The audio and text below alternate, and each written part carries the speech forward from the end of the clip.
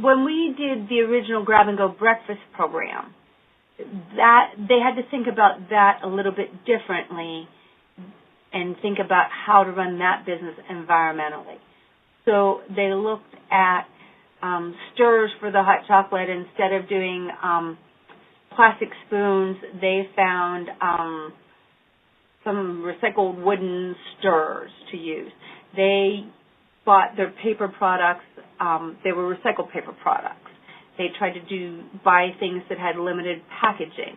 They tried to buy from more local producers.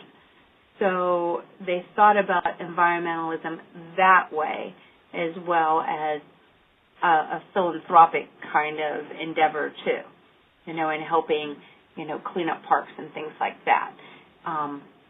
So it depends on your business and how you approach that.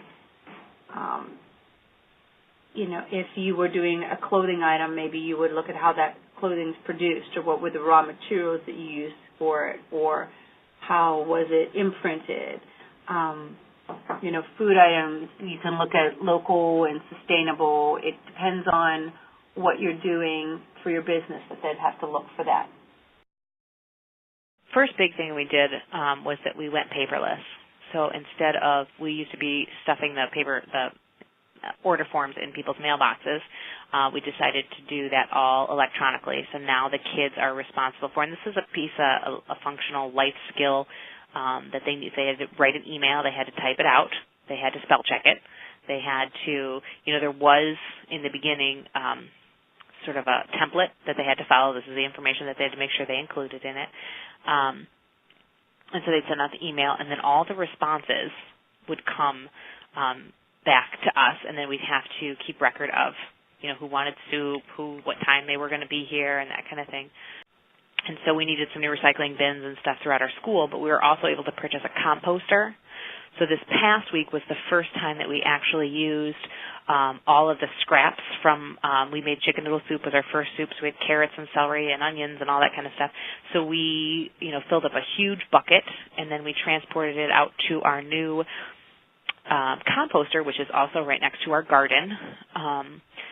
And the garden is where we specifically plant things that can be used for soup. So a lot of herbs, the potatoes that we used.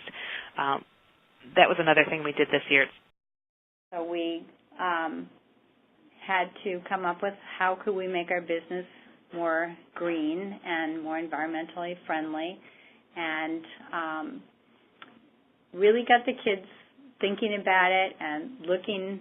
We did a lot of research on the computer, and the kids did it together in pairs, and what could we do, how could we make our business green, and we really wanted them to be the ones that kind of figured that out. And so they did come up with the idea of getting rid of the paper as much as possible, and using the cups, decided to get mugs that we could sell and promote the use of the mugs instead of paper cups and paper products, and that, and then we had a laser engraver, which was part of this other program that we did with the kids. So we used that, and it was an opportunity for them to design these cups and to make them, to put our logo and things on it through our laser engraver, and so that became a whole big project.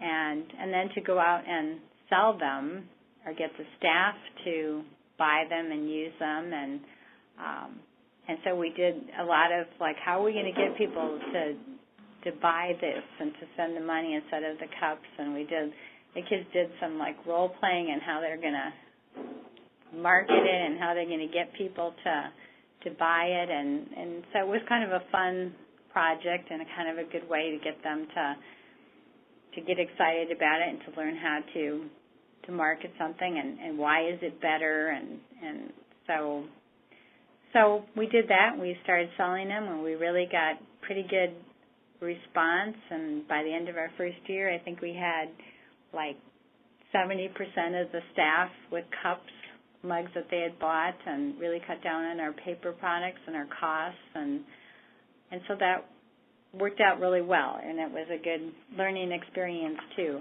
about how you can be more environmentally sound. And just about we worked a little bit with our environmental club and school too, and we had them come in and talk to the kids about it and why it's so important. And so it was another good learning opportunity for them, something that they never even thought about.